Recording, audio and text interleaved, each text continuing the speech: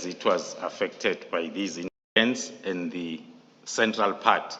And then we had to put then those small manageable teams in those areas that will be responsible for the daily activities which are reported on daily basis at the Mission Area Coordination Center that is, or that was situated then at the provincial office.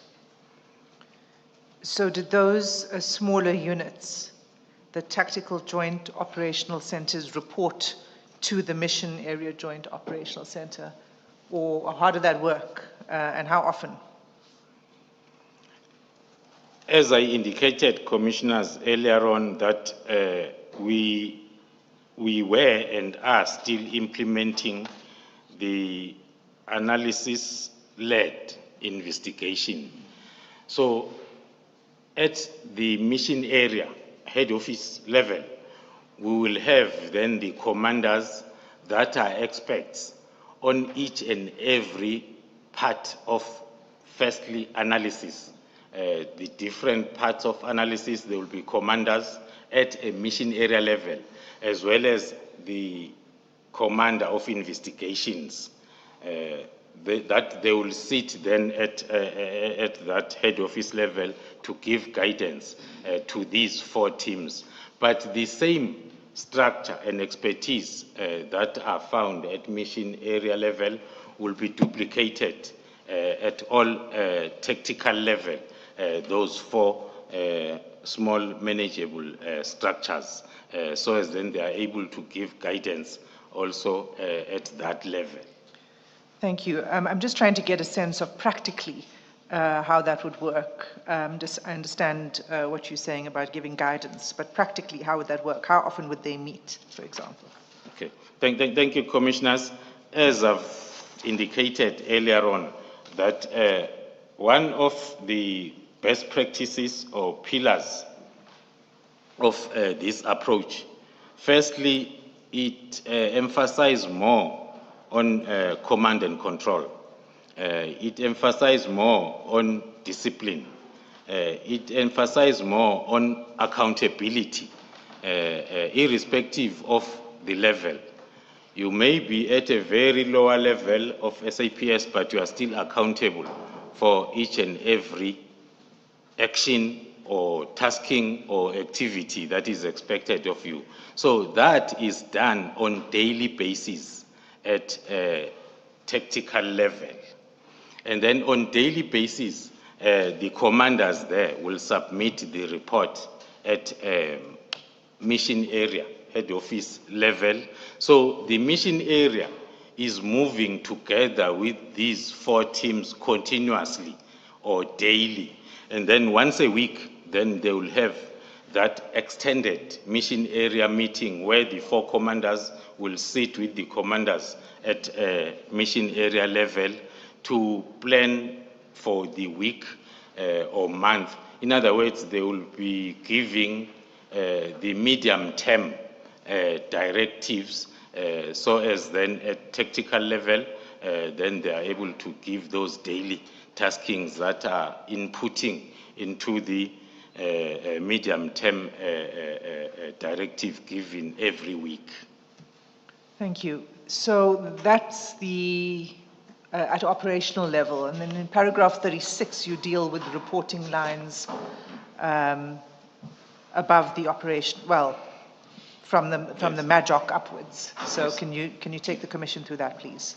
Thank you, Chair. Maybe then to explain paragraph 36 properly, so I will start from where I ended with the 4 small manageable areas in the province that are reporting on daily basis to the mission area.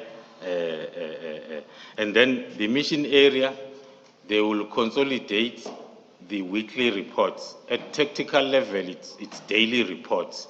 And then at the end of the week, the mission area, in preparation for the weekly meeting, so as they are able to guide the lower level. And then the MAJOC or the mission area will then report to the Provincial Steering Committee, and then and thereafter the Provincial Steering Committee, together with the leader of the operation, will report then to the National Steering Committee. During the previous years, the reportings to the Provincial Steering Committee as well as the National Steering Committees, it was always, every time, there will be an interministerial committee. So as then all the structures from grassroots level will be having the common understanding on the progress in preparation for the reporting to the interministerial committee. Thank you. Is there anything further on those reporting structures? If not, then we can go to the organogram. So maybe then, Commissioners, if I may indicate the importance of these reportings. I've touched on the main purpose of the 4 small manageable teams reporting on daily basis to the mission area command structure. The further reporting, it's not only about like to the Provincial Steering Committee as well as the National Steering Committee. It's mainly to escalate the challenges that cannot be attended to or resolved at provincial or at MAJOC, at the mission area level, so as then the Provincial Steering Committee can intervene. Same applies then to the National Steering Committee that is responsible for the deployment of the national competencies. Same applies then to the IMC. I will make an example of the report that was made to the IMC, which was then escalating the challenges that were coming from tactical level, the 4 small manageable areas, to the mission area, and they were not successfully resolved, and then they were moved to provincial, to National Steering Committee, up until the IMC. Those challenges are contained in a letter that was compiled, citing all the challenges that are at operational level, which was then signed off by the chairperson of the Interministerial Committee to attend to those issues that could not be addressed at operational level. The letter, I'm not sure whether it's attached to my bundle, but it's the letter that was referred to under oath by both the DPP KwaZulu-Natal as well as the Provincial Commissioner KwaZulu-Natal, the letter that was signed by the former chairperson of the IMC. I don't I'm sorry, just for clarity, a letter that I remember that was signed by the then Minister Ele, which was referred to by the KZN Director of Public Prosecutions, is a letter which, on my understanding, preceded the formation of the PKTT. General Cele, or rather Minister Cele, in that letter was highlighting all the problems, even referring to 2012 cases, I think, all the way up to about 2018 cases. So basically saying these are the problems that have been encountered with regard to all these cases. And after all the engagements that then followed, the PKTT was formed. Now, I understand you now to be mentioning this letter in the context of an already existing PKTT, and I'm a bit confused. Thank you, Chair.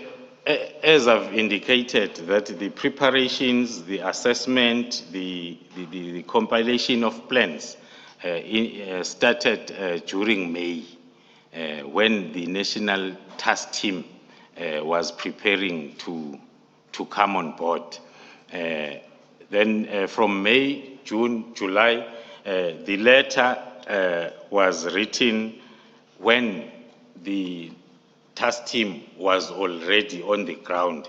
So most, if not all of the challenges were experienced by the task team at operational level that were escalated throughout up until the IMC level.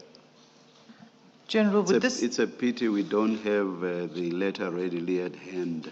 I would have been very interested in its date so as to relate it to the date, of the formation of the PKTT. Are our techies in a position to show us the letter? I'm just interested in the dates, that's all. And while we're trying to find that, would this question also be answered through your annexure SDK3, which is the information note that was prepared to report on the challenges and what needs to happen going forward?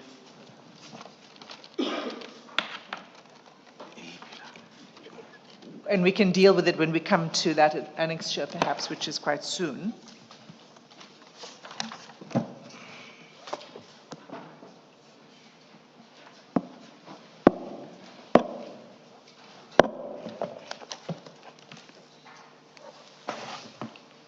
It's SDK3.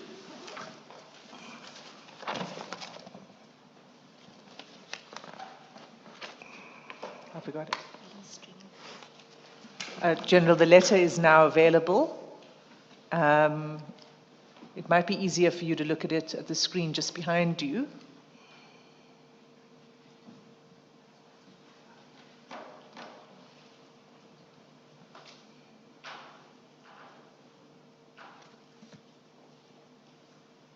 Oh, I see, it's 24 May 2019, so the PKTT already exists. Yes, Chair. As I said, I'm probably confused. It seems, I should not even say it seems, it's clear that I was. Sorry about that, General.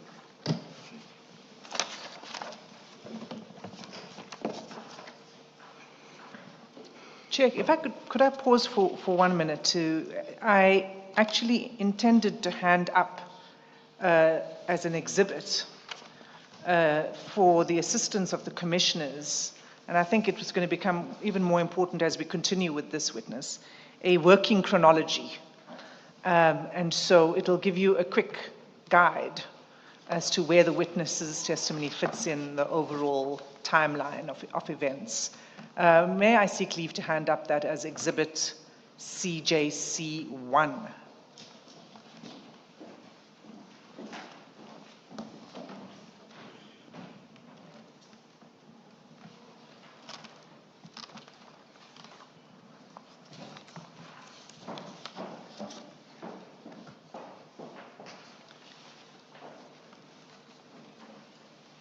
Thank you, Chair.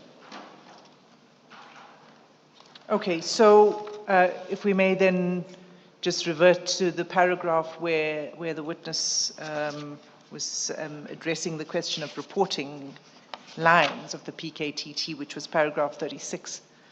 And General, you've covered this, but could you also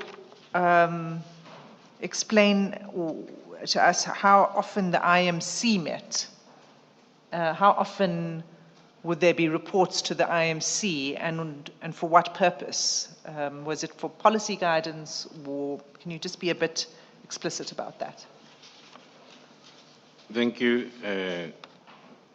Chair, Commissioners. At political killings task team level, we were not privy to the scheduled meetings by the interministerial committee.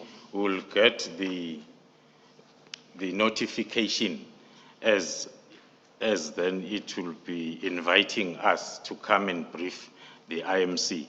But based on the experience and being involved, there were meetings, one, maybe twice per year on the initial stages up until 2020 as a result of COVID-19. And then one will remember very well from our side that there was no IMC during that time, and then afterwards, and then the committee resumes to meet or to convene. So at provincial and national steering committee, as I've indicated, mainly the national steering committee will meet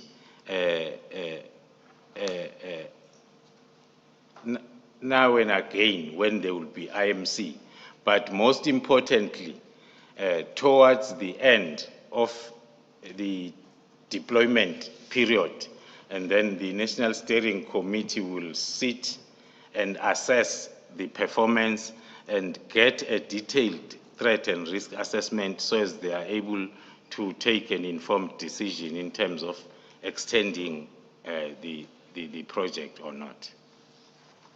Thank you. General, when you say end of deployment, you mean the end of the authorized period?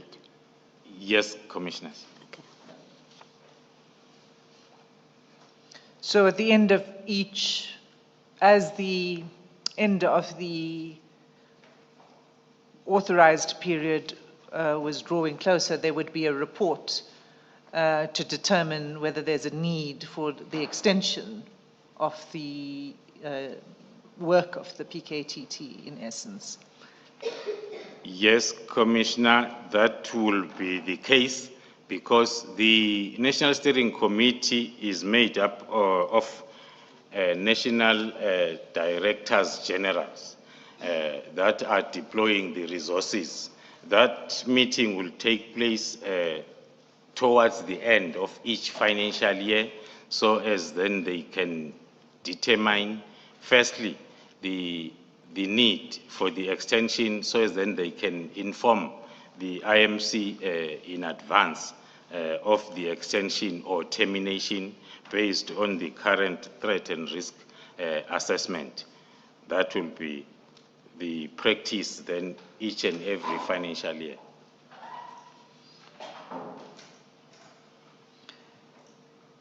Thank you.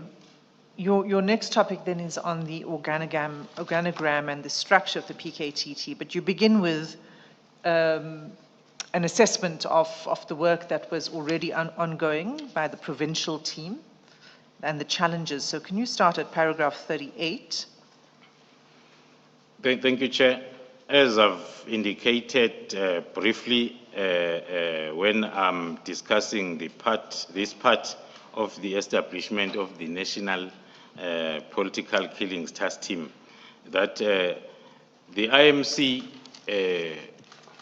was formed around May 2018, and then the IMC had their initial meetings in May as well as June, when they went down to the province of KwaZulu-Natal to assess the interventions that were in place addressing the complaint or the threat or the issue that has been raised by the President. And then they received briefings from the provincial task team by then. During those two initial IMCs, where then they will do the assessment, and then one of their observations was that that task team was working in silos, and the members that were deployed in that task team, as they were from local level, they were compromised, and that more especially it did not have an investigation and prosecutorial plan or strategy. That as a result, then there was little or no progress in the investigation and prosecution of these cases, the point that I highlighted earlier on as to what is it that the National Task Team had to put in place in order to correct that situation. I touched on the plan by the Political Killings Task Team that was informed by the 5-pillar approach, which was confirmed as a solution to most of the problems that were identified by the IMC. One can add that that happened at a time, I saw during the testimony by the Provincial Commissioner, Lieutenant General Mkhwanazi, when he highlighted that the establishment of the National Political Killing Task Team coincided with his acting period in the province. And I was also seconded to the province, not for political killings, but for provincial operations in the office of the Provincial Commissioner. So the movement from the Provincial Task Team to the National Political Killing Task Team was overseen by myself. Hence, then, it was not that difficult to compile the strategy because the strategy was emanating from the tried and tested 5-pillar approach that has been proven to be successful during the wildlife trafficking interventions. Then the same plan was then implemented in KZN. Thank you. So can I take you to your annexure SDK3, because that speaks directly to the implementation of the strategy that you just referred to. And this is the information note, as I understand it correctly, is prepared by, well, you can say who prepared the information note. That's on SDK3.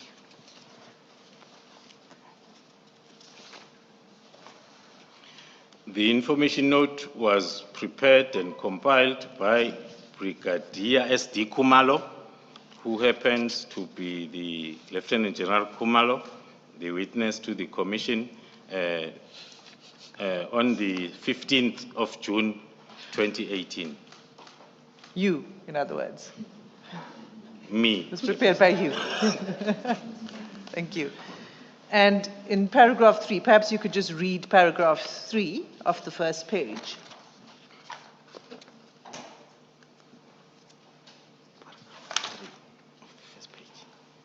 Paragraph 3 of the first page. Sorry, General, before you do that, and for purpose of the record, so that when we later look at this, there's no confusion, Ms. Hassam, at page 19, it indicates, the document indicates the signature of Mkhwanazi NS.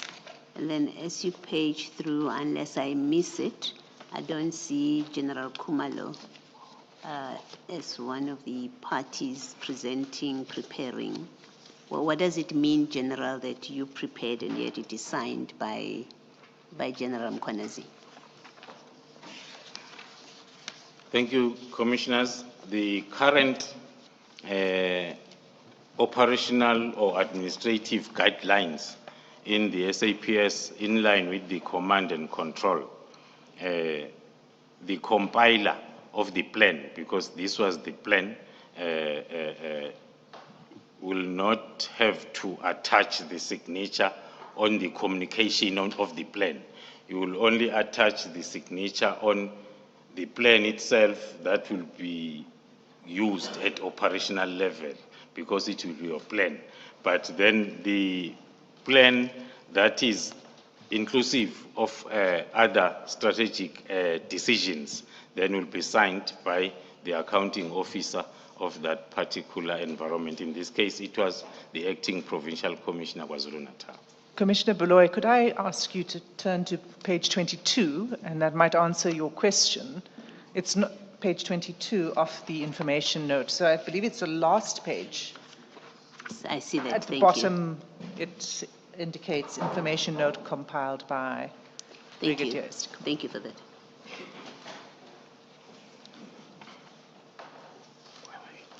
Then, So, sorry, to go back to where you were, General, you were talking about implementation of a new strategy now, right?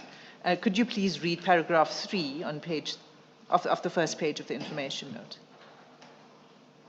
paragraph 3 of paragraph 2 under background reads, the IMC in full interministerial committee met with the task team that was investigating these cases on the 21st of May 2018, and one of the preliminary observations was that this multidisciplinary task team was working in silos and that it does not have an investigation and prosecutorial plan or strategy that is aligned to the overall government priorities contained in the National Development Plan 2030, the medium-term strategic framework, and other key policy prescripts of creating safe and secure environment. Thank you. And then on page 15 of that bundle, so 2 pages over,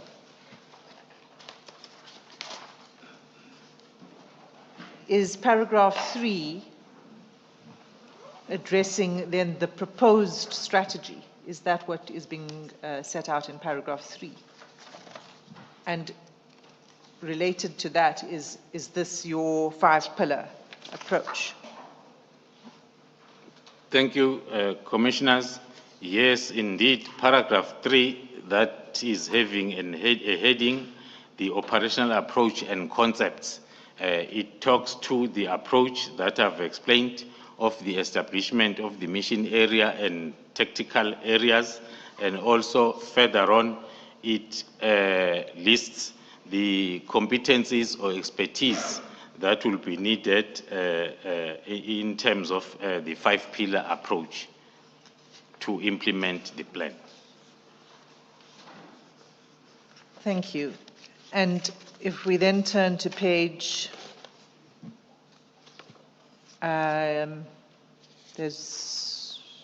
page 19 to begin with. Can I just ask, sorry, I do apologize for this delayed question. General, in where you set out the pillars, and that's bullet point 3, and then there is a sub-bullet there, which is the second one, the second sub-bullet after 3. It's so the first one is crime intelligence gathers, and then the second one is NIU and TRT to implement. You see that? You see where I'm referring? Yes. Yes. Are you able, without disclosing anything that you shouldn't be disclosing, if there are any anxieties coming from my question, why it is that it is the NIU and TRT that are deployed for this kind of project as against the usual policing units that you may have? And I ask because they both in urban legend have the reputation of being tough, and when they appear, no nonsense. We are told to stop our nonsense when they appear. Is there a particular reason that it is these units that are being used? Thank you, Commissioner. Maybe let me start by highlighting the difference between, on the 5-pillar approach, the proactive as well as combat approach. Proactive is your normal crime prevention capability. And then the combat one is starting from the public order policing to TRT, the specialized uniform. The specialized uniform then in terms of training. So coming back to the question as to why in this case, Pillar 1 talks to crime intelligence gathering and analysis. So that is the pillar that will be deployed in advance in any operation to conduct a thorough threat and risk assessment that will help the determination of the deployment capabilities. So in this case, and then based on the threat and risk assessment that was conducted, then it was determined that the proper and suitable level of deployment from the specialized uniform will be from tactical response units and national intervention units. Thank you, Commissioner Baloy. I think that it's a question that we will return to again as we go through the work of this team.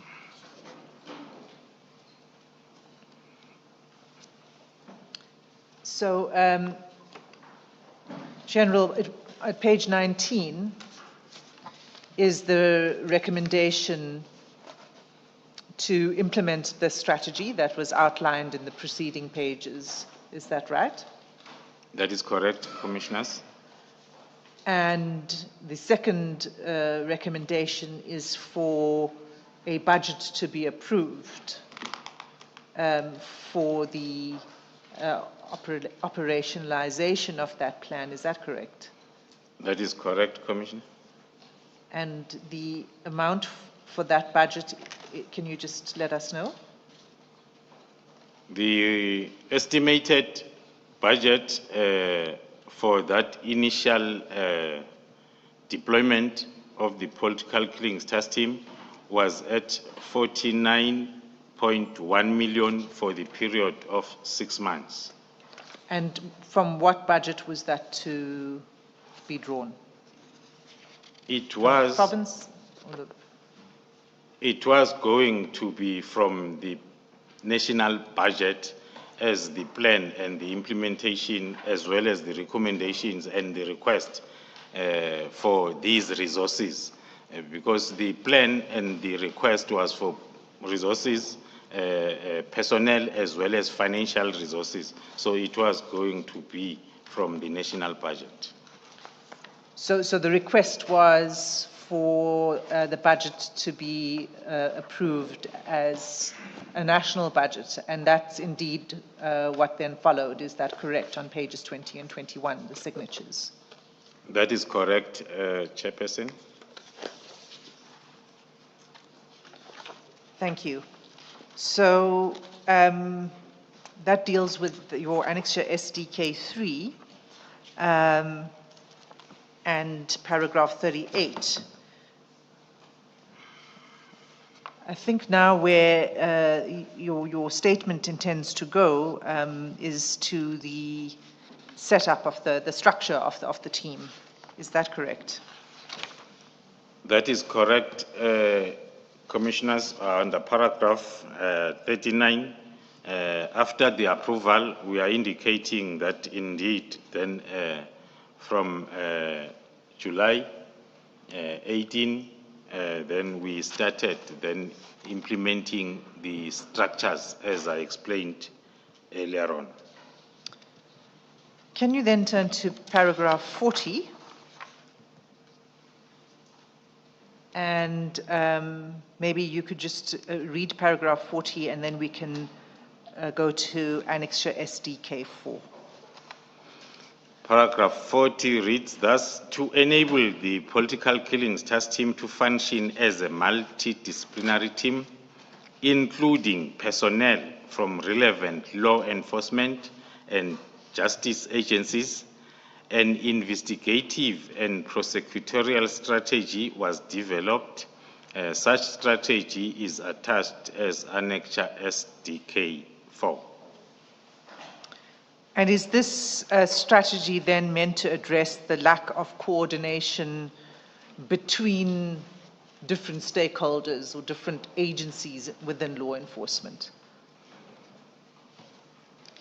The integrated plan attached as SDK 4 is now meant at improving the coordination streamlining the activities of other criminal justice system stakeholders, as I reflected earlier on that the main stakeholder was National Prosecuting Authority, which were then part of this integrated plan.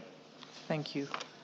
So if you can turn to SDK 4, and particularly after you deal with background,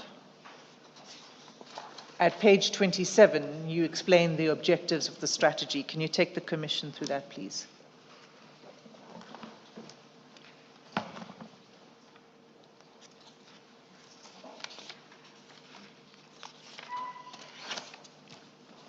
The objectives of the strategy, Commissioners, was to immediately attend to, investigate and prosecute reported incidents of politically related cases in KwaZulu-Natal, to implement the multidisciplinary Troika methodology consisting of intelligence gathering, crime investigation and prosecution, to ensure perpetrators of politically related cases are arrested and prosecuted as speedily as possible, to instill the public confidence as well as stability, to identify and successfully prosecute the kingpins or masterminds behind the politically related cases, and lastly, to optimize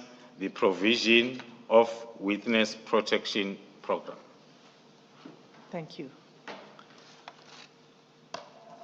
So the approach, as we're learning, is different from the business as usual approach. And that brings us back to the question that emanated from Commissioner Baloy, and specifically on page, just need to find it.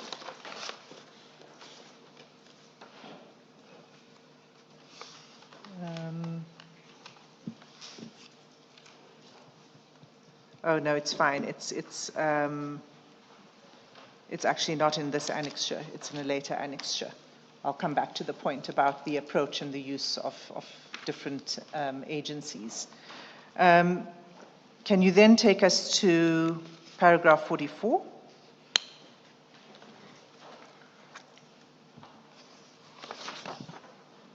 Thank you. Of your statement. Commissioners, paragraph 44 reflects to the extension of the mandate for the political killings task team. As I've hinted during my introduction, that it happened that during the year 2023, there was a complaint from the Vice Chancellor of the University of Fort Hare about the slow or no progress at all of the cases that were related to the university. And then that complaint was then handed over by the presidency to the 3 ministries who had to come up with the intervention. Those 3 ministries included the Minister of Police, through the National Commissioner. Then the extension of the mandate was extended by the National Commissioner for the political killings task team to be deployed to go and intervene by investigating those cases in the University of Fort Hare. Thank you. I'm looking at paragraph 44.2, General. It says, in response, I prepared a proposal for recommendation by the National Commissioner and approval by the minister to extend the PKTT to the Eastern Cape. I just want to understand approval. Why would this have had to be approved by the minister? I'm asking this in the context of evidence that has said on operational matters, the minister is not supposed to be involved. Was this not an operational matter? Why would the minister have to approve? Thank you, Commissioners. The approval as reflected under paragraph 44.2 is not directing or talking to the Minister of Police approving the deployment. The PKTT was operating in KZN.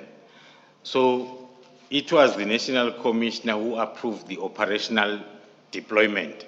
But then the chairperson of the IMC had to be informed, because the very same chairperson of the IMC was also one of the ministers that were assigned by the president to intervene in the University of Fort Hare, Eastern Cape.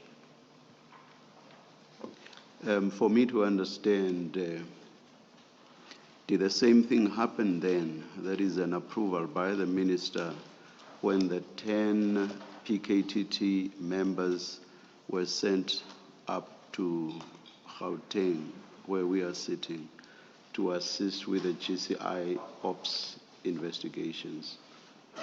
Did the minister have to approve that? If not, why not? Aren't the two comparable? Thank you, Commissioner. No.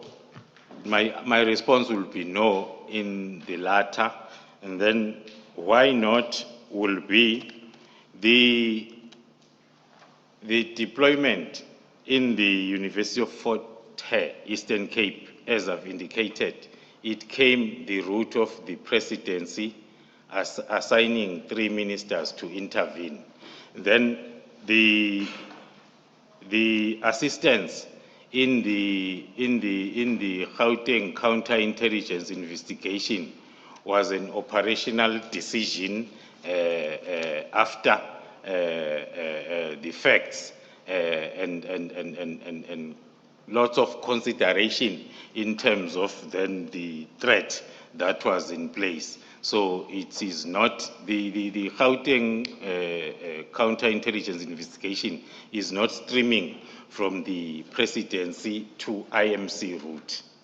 It was just an operational decision at National Commissioner's level.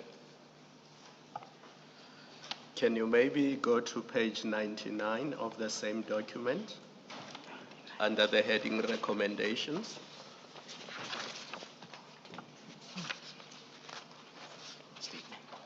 Page 99. Of this statement.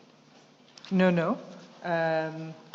It's page 99 of SDK 7. SDK 7.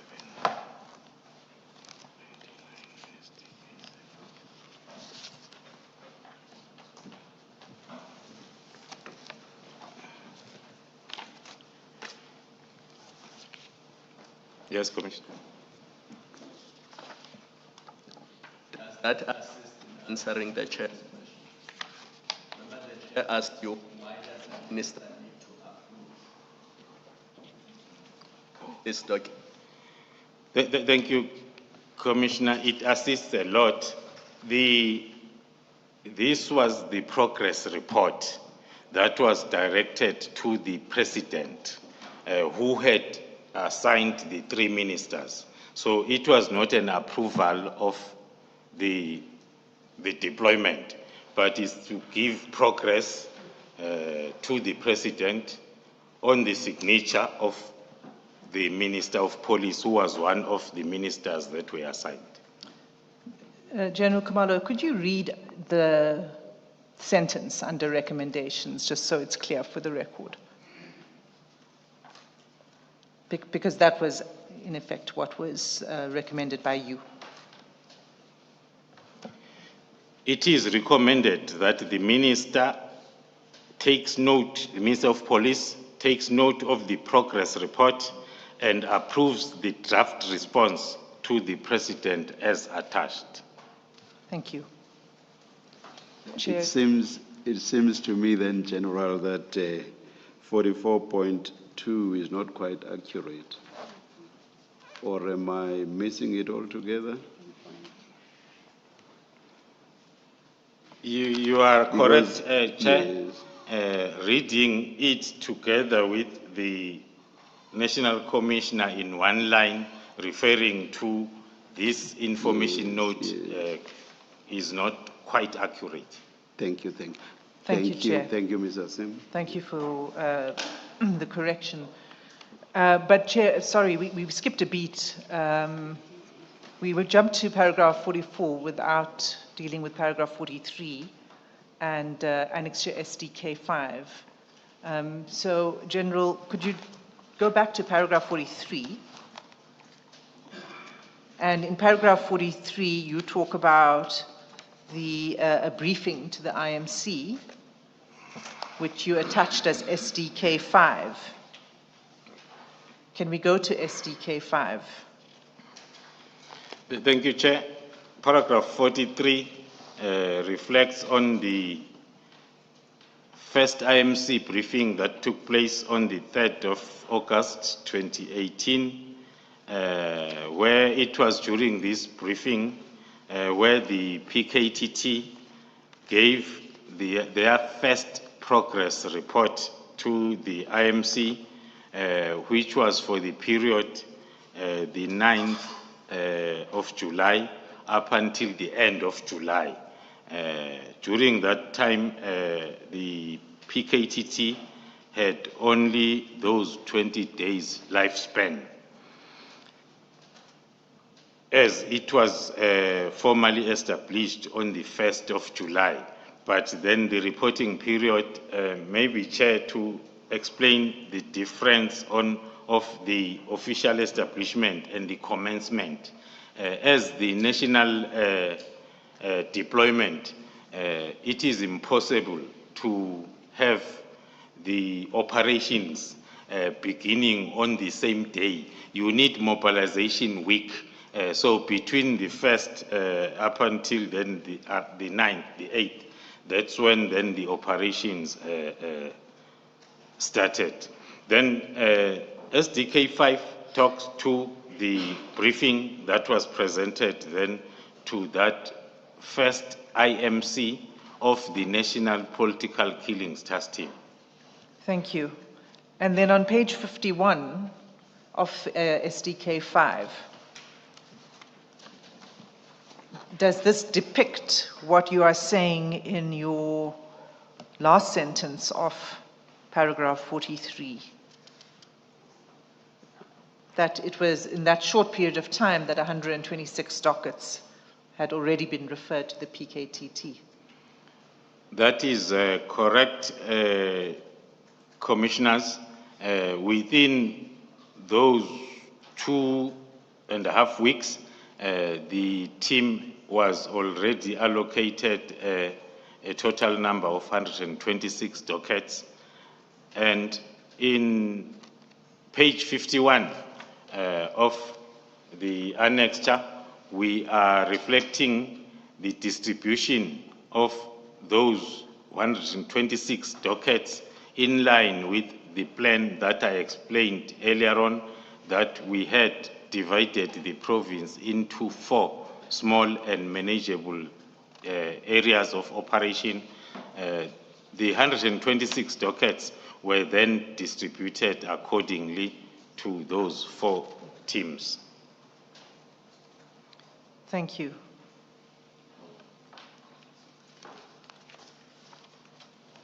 In the same annexure, at page 83,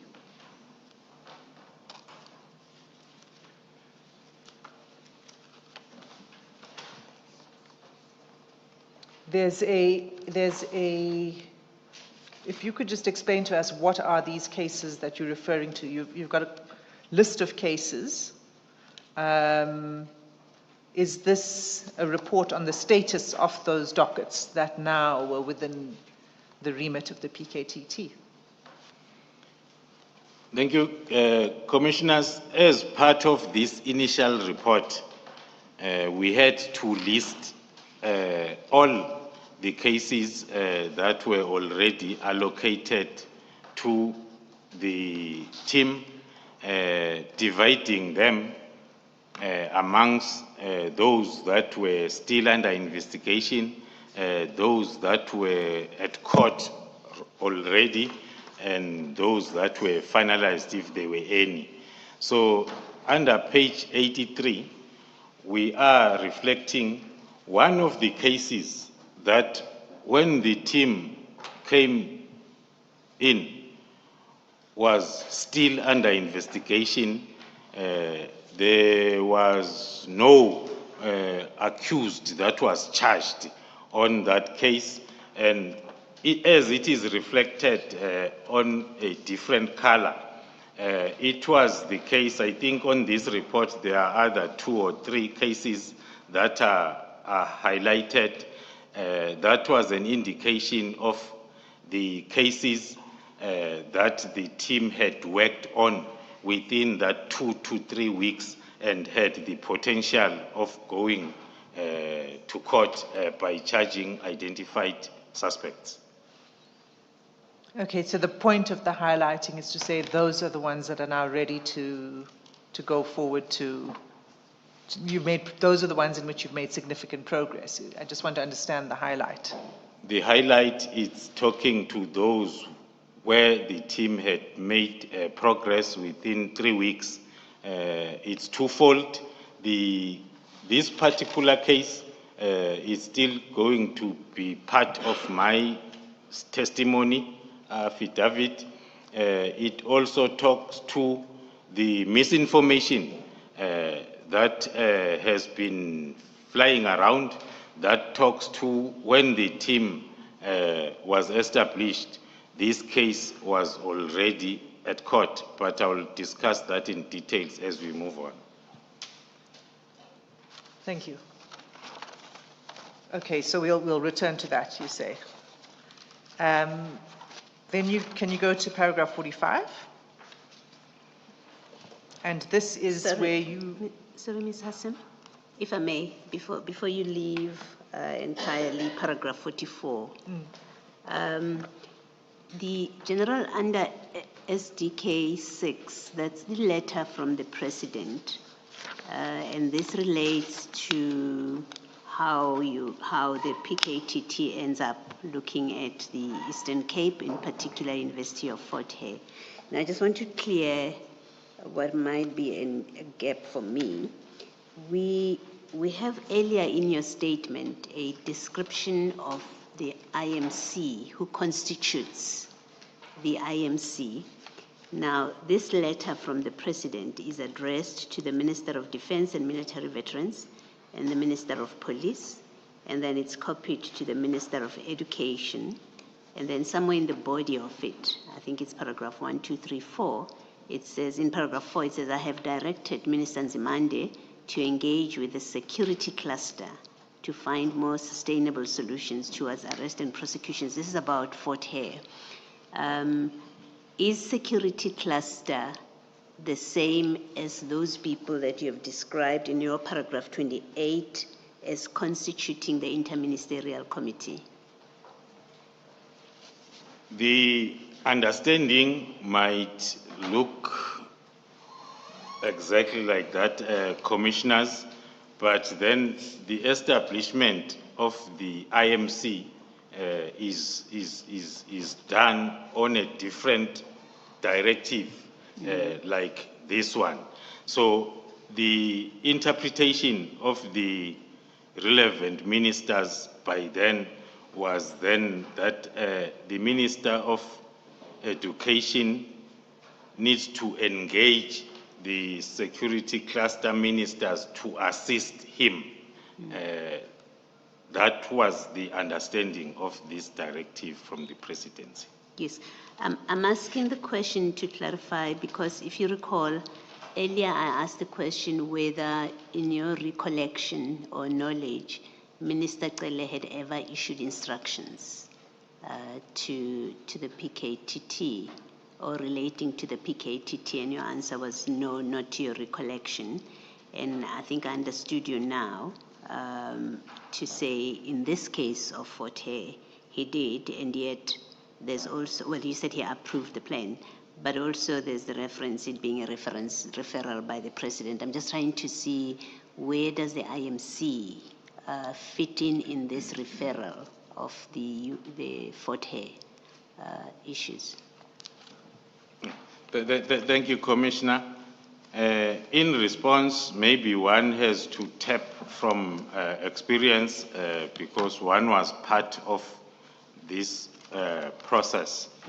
Maybe starting by explaining the timeline, looking at the date of the letter from the presidency, which is dated the 8th of March 2023. The 8th of March 2023 came when the intervention was already in place. The initial complaint by the Vice Chancellor was telephonically, it happened on the day when the driver of the Vice Chancellor was killed. So the deployment and the decision and the deployment happened prior to the letter directing.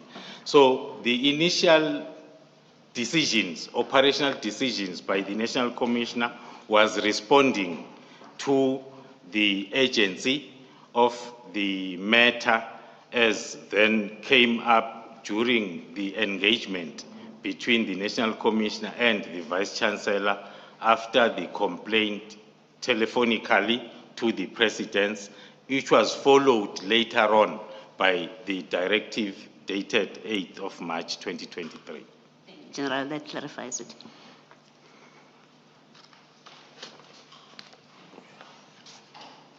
And then for completeness, perhaps, so then SDK 7 is the information note that you prepared to address the extension of the mandate to University of Fort Hare.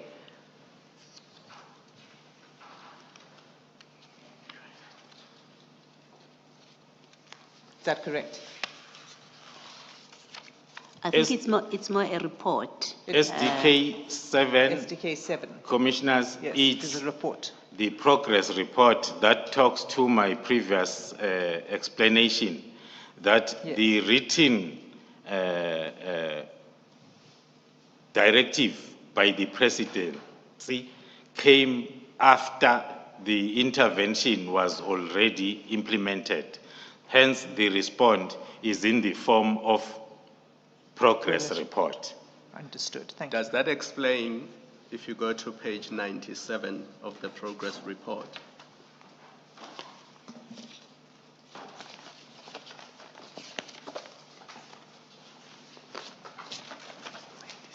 So if you look at block 3, investigating team, it says national task team. Does that mean the task team was already deployed That is correct, Commissioner. at Fort Hare That is correct, Commissioner. when this report was prepared? That is correct, Commissioner. In fact, General, if you look at 99, page 99, the date of the report, the letter from the President is the 8th of March, and then your report is the 23rd of March. So that speaks to what you've just said, that you were already in deployment by the time the letter came. That is correct, Commissioners. Thank you. That decision was made solely by the National Commissioner. No minister was involved in the That is- decision to deploy That is correct, the Commissioner. task team at Fort Hare. Yes, Commissioner. So that addresses the deployment to the Eastern Cape.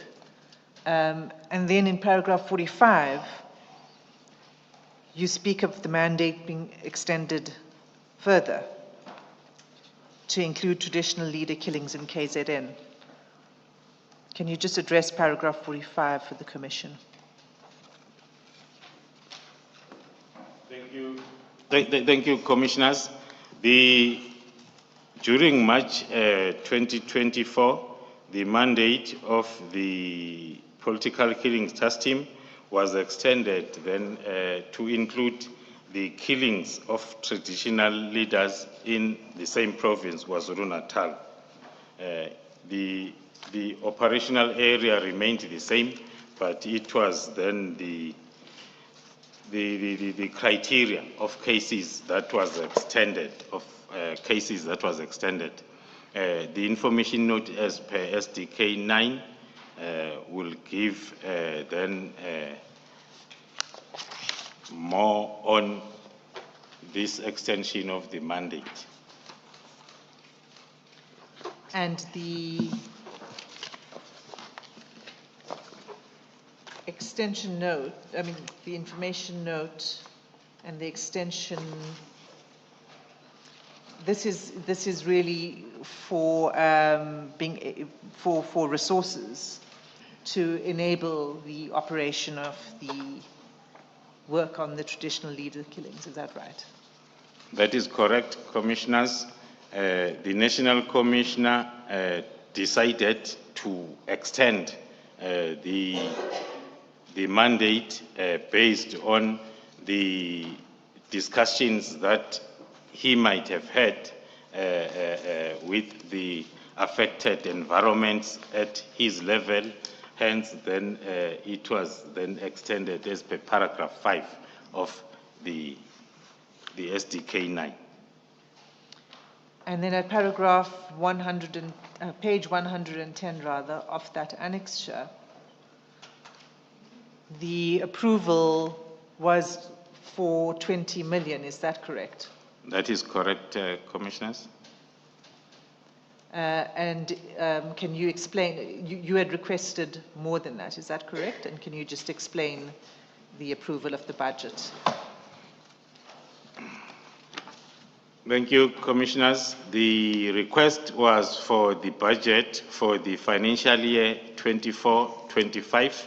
That was submitted towards the end of March, and then the approval was granted for 20 million instead of the amount applied for as reasons provided by the accounting officer that the further allocation will be finalized then during the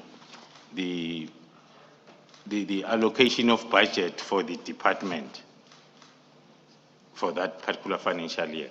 So this was the approval of the first few expenditure activities before the approval of the budget for SAPS. And that budget too was to come from the national budget, is that correct? That is correct, Commissioners. So in your statement, you then go to the status of the dockets at 31st December 2024. Can we go to paragraph 46, please? Perhaps before that, Ms. Hassan, if we just go back to that information note and for completeness, because this may well become relevant somewhere down the line.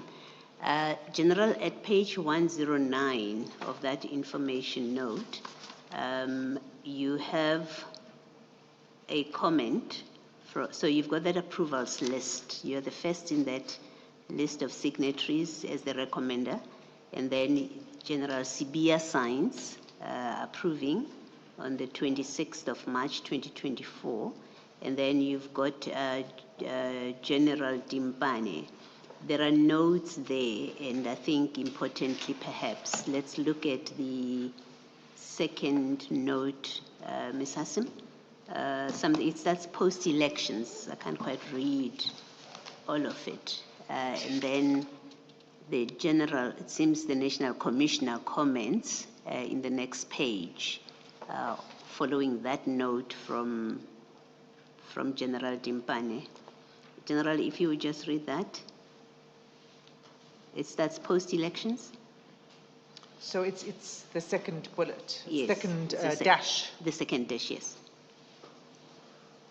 The second dash, post-elections, the task team be deactivated as it has been in existence for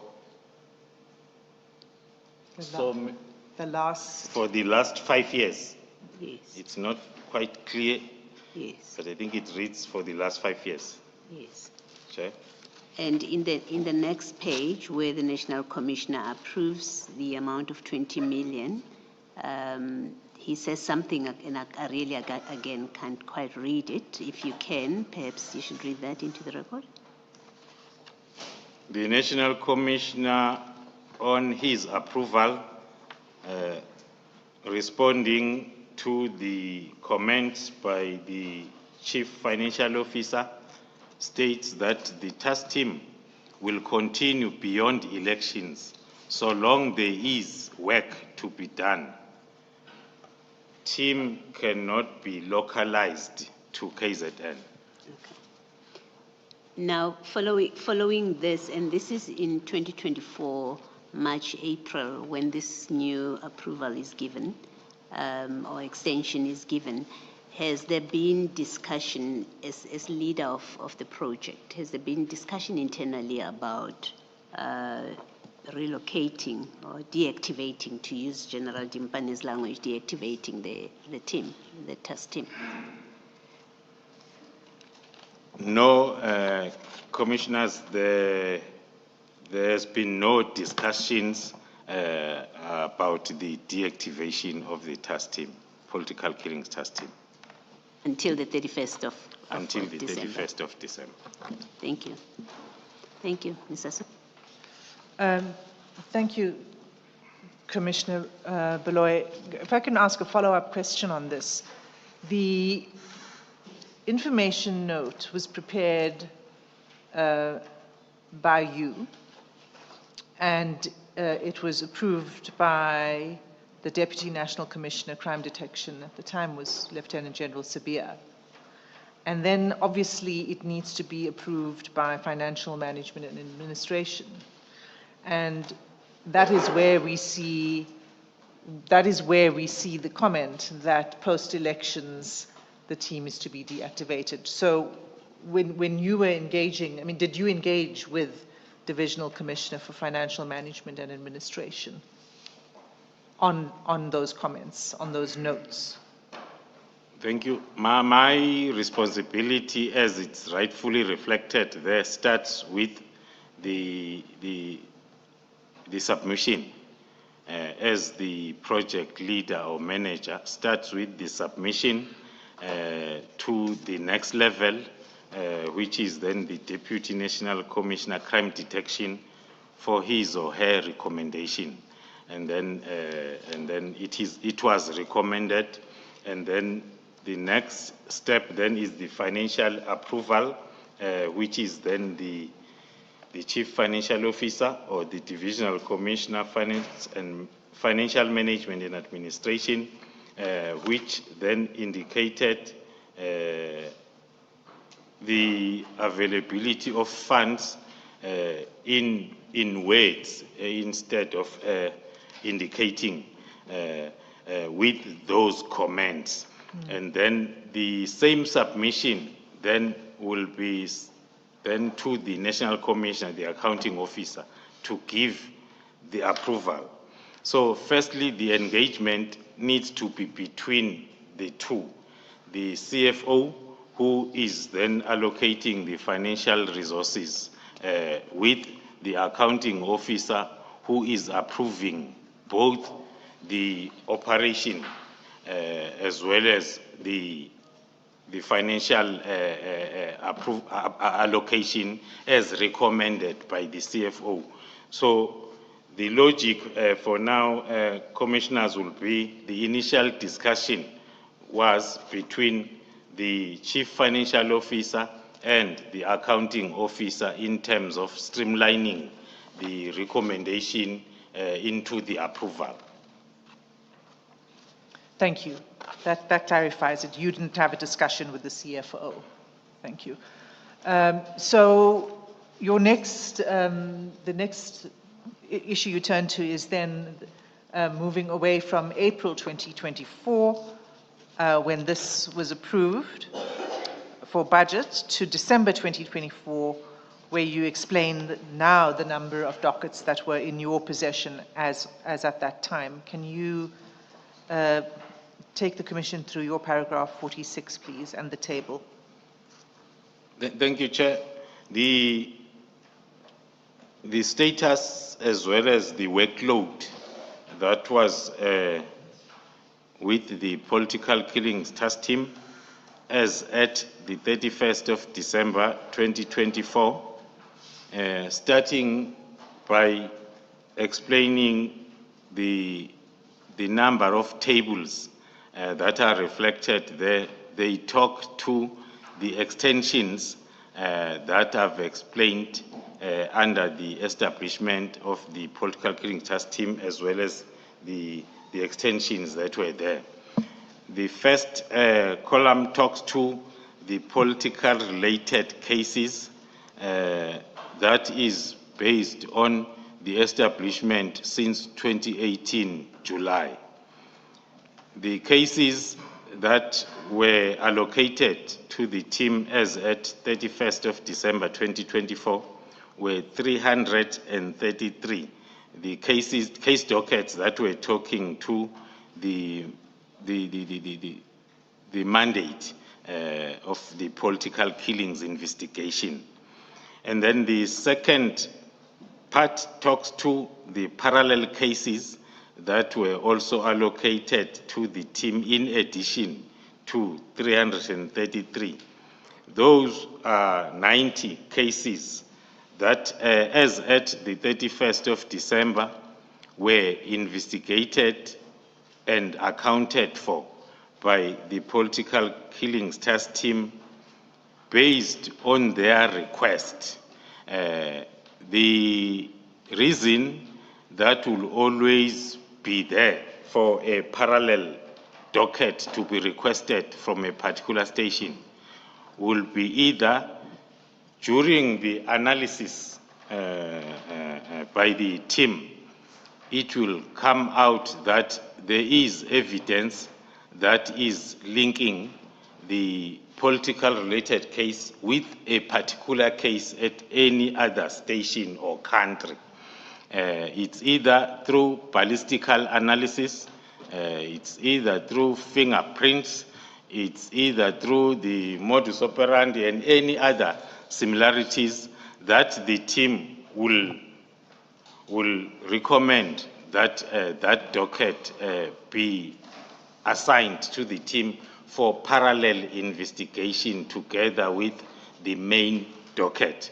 So as at the 31st of December 2024, those dockets were 90.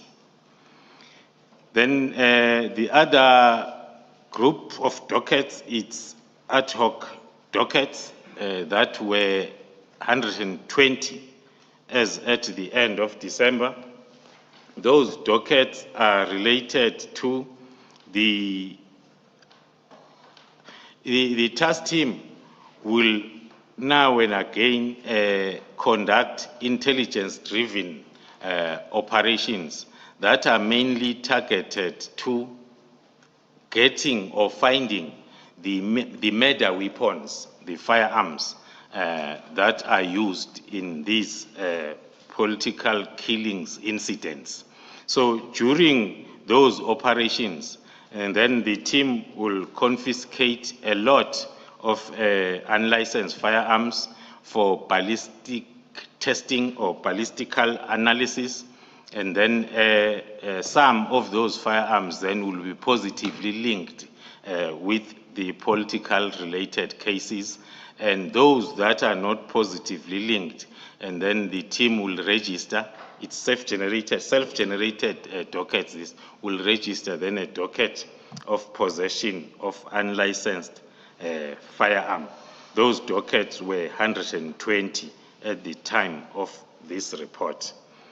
The next batch talks to the cases related to the traditional leadership killings in the province.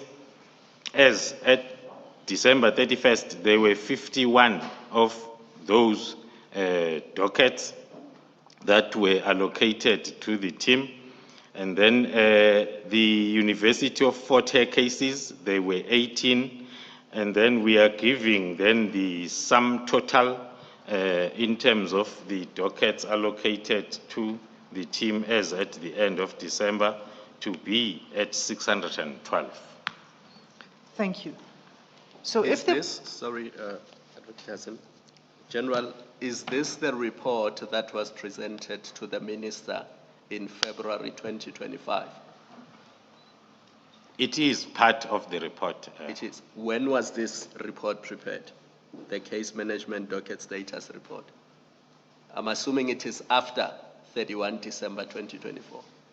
Yes, that's correct, Commissioner. It's soon after 31st of December, but the report was at the end of December.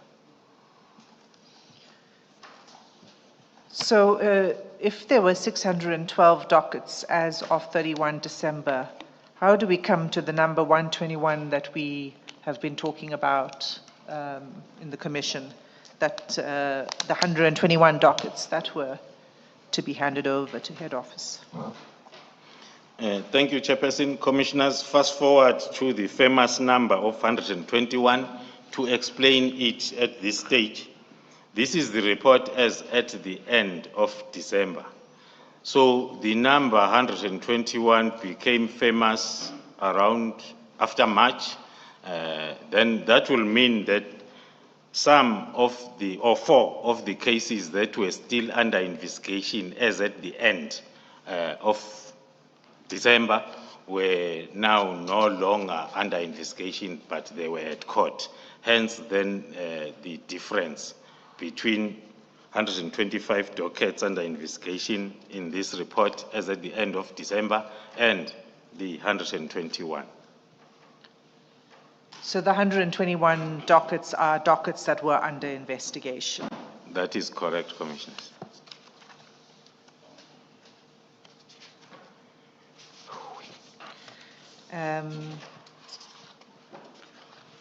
All right, can we go to your paragraph 47?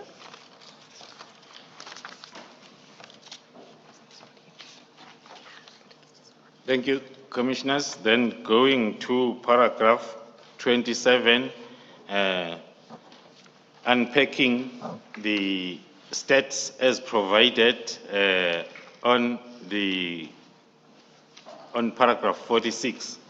We are reflecting that the figures as highlighted under paragraph 46, they demonstrate both the scale and diversity of politically related cases in the province of KwaZulu-Natal, and also talking to the systematic approach that is used by the team that I explained earlier on in order to ensure accountability on the investigation and prosecution of these cases that are involving then the political stakeholders, the municipality employees or officials, as well as officials at the University of Fort Hare and the traditional leadership as per the current mandate and the extensions of the political killings task team. Looking at the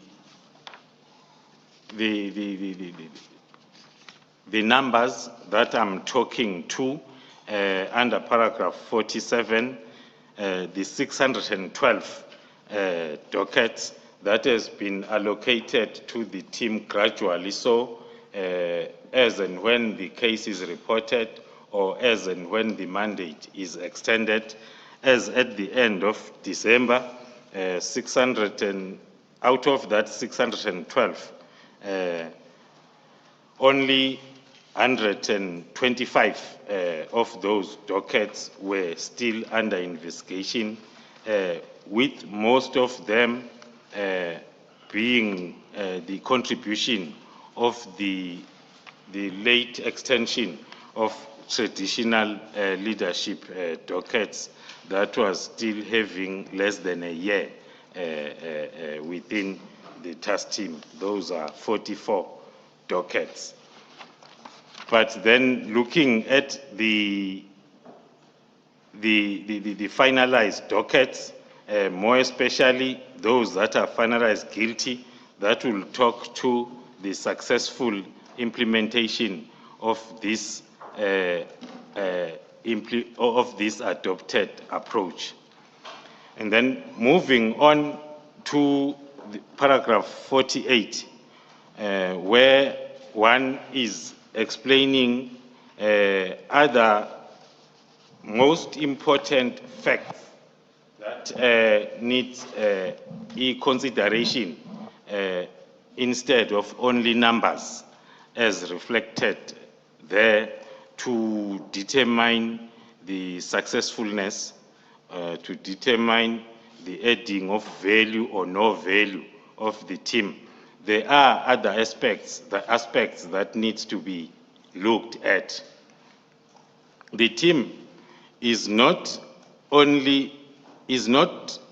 addressing murder cases the traditional way as it is done within SAPS currently. Where someone is killed, you go out and look for the killer, and then you try to link that killer with the evidence that you have in your possession, and then you consider as a successful investigation. As the team is approaching these investigations using the analysis-led as well as the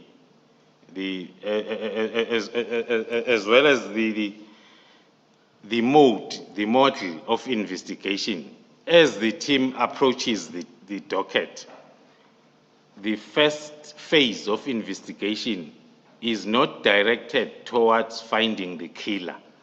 The first phase is directed